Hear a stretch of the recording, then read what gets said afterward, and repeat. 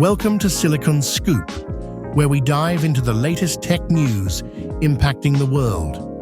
Join John Irwin and the Startup Coach as they explore the tech news that matters to you. Stay ahead, stay informed, and now on with the show.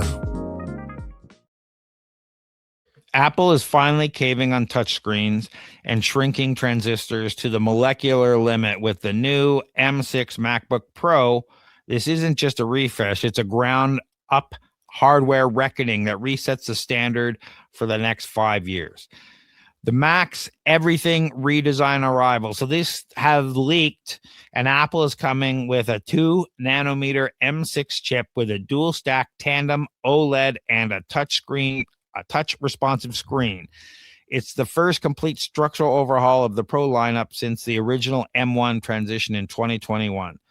This effectively kills the iPad versus Mac debate by merging touch, 5G cellular, and extreme efficiency into a singular professional workstation. What do you think about this, John? I'm excited. This is the first time I've been excited for a new... I'm not a fan of anything Apple except the MacBook Pro. You and I know that. I think everything else is just useless from a tech perspective, but and old. But this is exciting. So I have an M1 Max, and I've been waiting for something like this. I think I might look to upgrade sooner than later, but I might wait for the M7. But this is cool. So not only are they moving from they're moving from mini LED to OLED displays. So that's going to help with battery. Also, the 2-nanometer architecture is going to help with battery.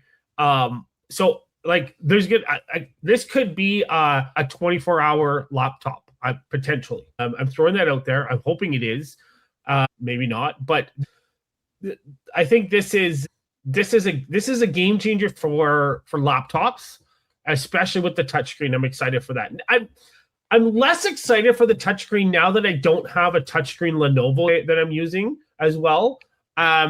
Because when I had the touchscreen Lenovo, I would ghost touch my MacBook Pro and it wouldn't do anything. So, but I like that there's a touch. I'm just a little concerned because the Mac OS is not really designed for touch.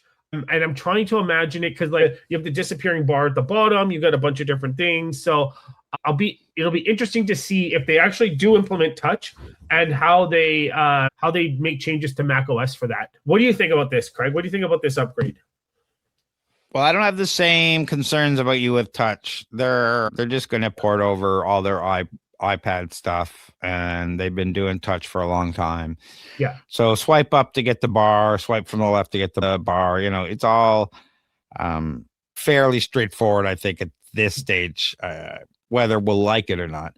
I'd like to think of the tandem OLED display like a dual engine plane. Instead of one screen working overtime and burning out to stay bright, you have two layers sharing the load. You get twice as much punch with half the exhaustion, meaning the screen lasts years longer and sips battery while it's looking better than your living room TV. So you're right. It might be the first 24-hour laptop.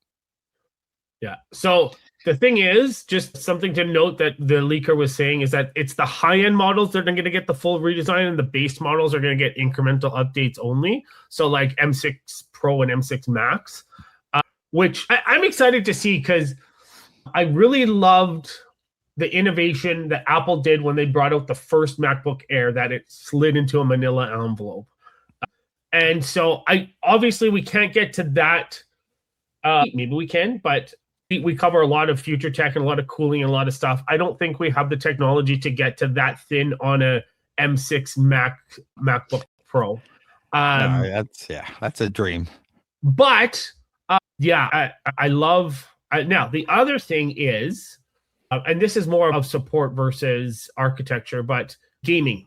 So the M1 Max is great for gaming. It's not supported. So hopefully that, as Apple keeps coming out with these chips that are more and more capable for AI and like all this other stuff, that hopefully gaming will become more of a regular thing on these laptops.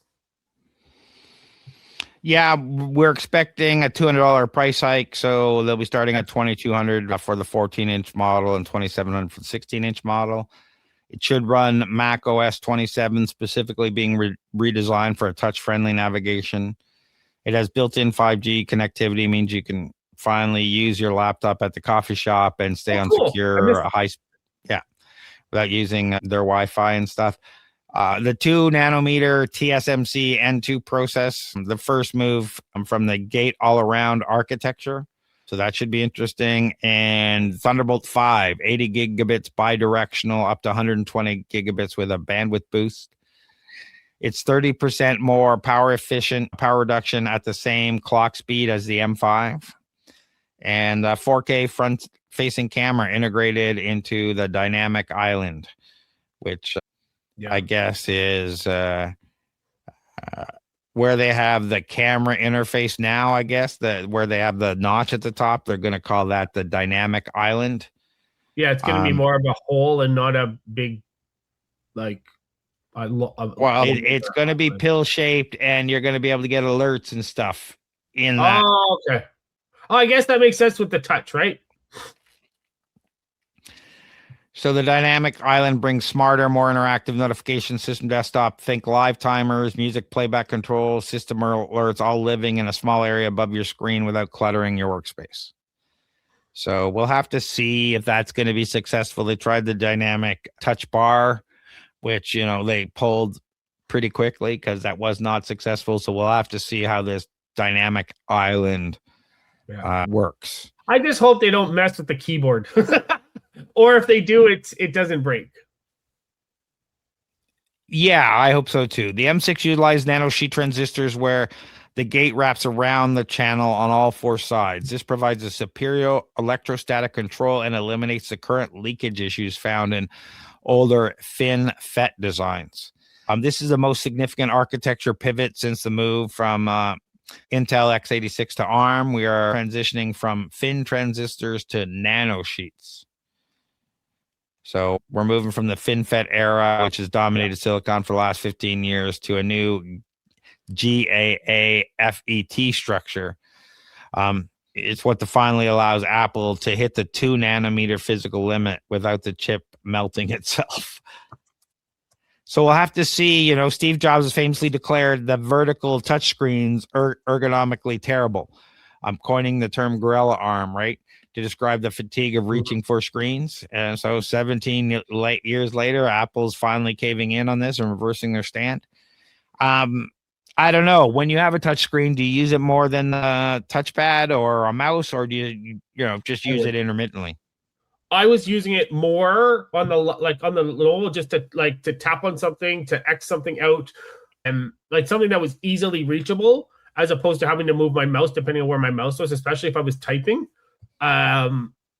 So yeah, and it makes sense that they're moving to a touchscreen because of the Mac OS updates that you can now use your iPad as a second screen. So that's a touchscreen, right? So why not make the laptop a touchscreen? So it makes sense.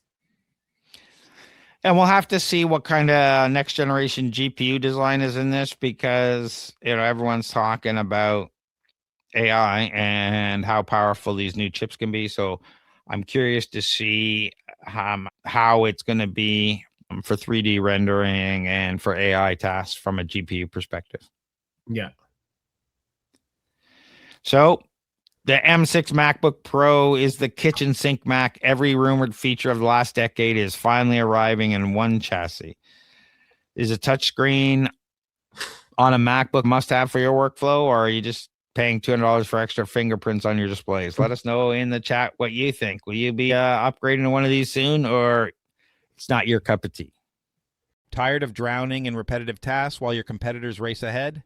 Every minute you spend on manual data entry, scheduling, and routine processes is a minute you're not growing your business.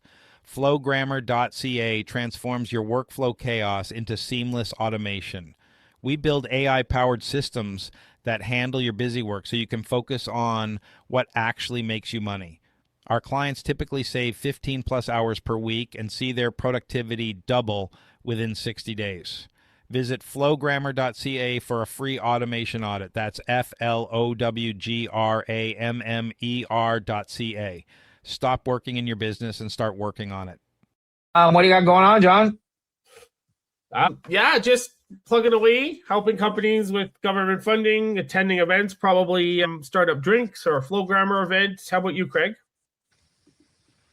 Lots of stuff going on. I honestly don't know when this is going out. I have to check. I think it's going to go out in April. But there's all sorts of stuff going on. If you don't know about OpenClaw, it's the latest AI automation agent that's taken the world by storm in 2026. And OpenClaw Toronto chapter just launched. And we have all sorts of events going on. So check out openclawto.com. Our first demo night is April 14th. We have a Builder Cafe on April 10th. We have a bunch of other events. There's updates every day. We've deconstructed the latest 2 betas over the weekend that was launched in OpenClaw and what you should do about them. There's a bunch of articles over there. Go check that out. We're also over at flowgrammer.ca where we do N8N automations. We run the Flowgrammer community.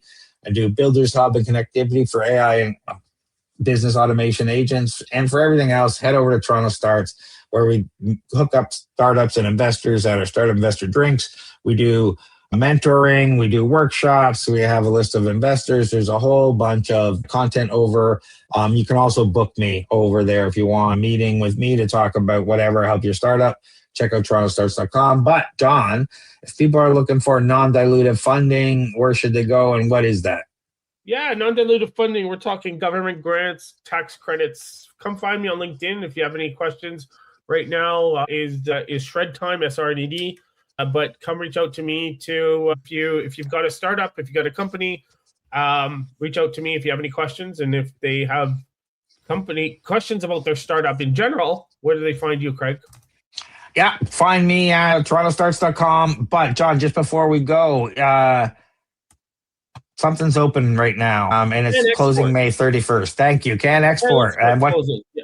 So what if should you have people at know least about that? 300,000 in revenue in the previous year, and you're looking to expand outside of Canada, reach out to me, and we can put together. We can talk about an application for Can Export. All the links we talked about will be in the show notes wherever you're watching this. Thanks for watching, everybody. Leave us a comment, give us a like, give us a subscribe. We really appreciate it. Thanks, everyone. Thanks, everyone. Thanks for tuning in to Silicon Scoop. We hope you enjoyed this episode's dive into the latest tech news. Stay connected with John Irwin and the Startup Coach on LinkedIn and subscribe for more insights and updates. Until next time, stay ahead, stay informed.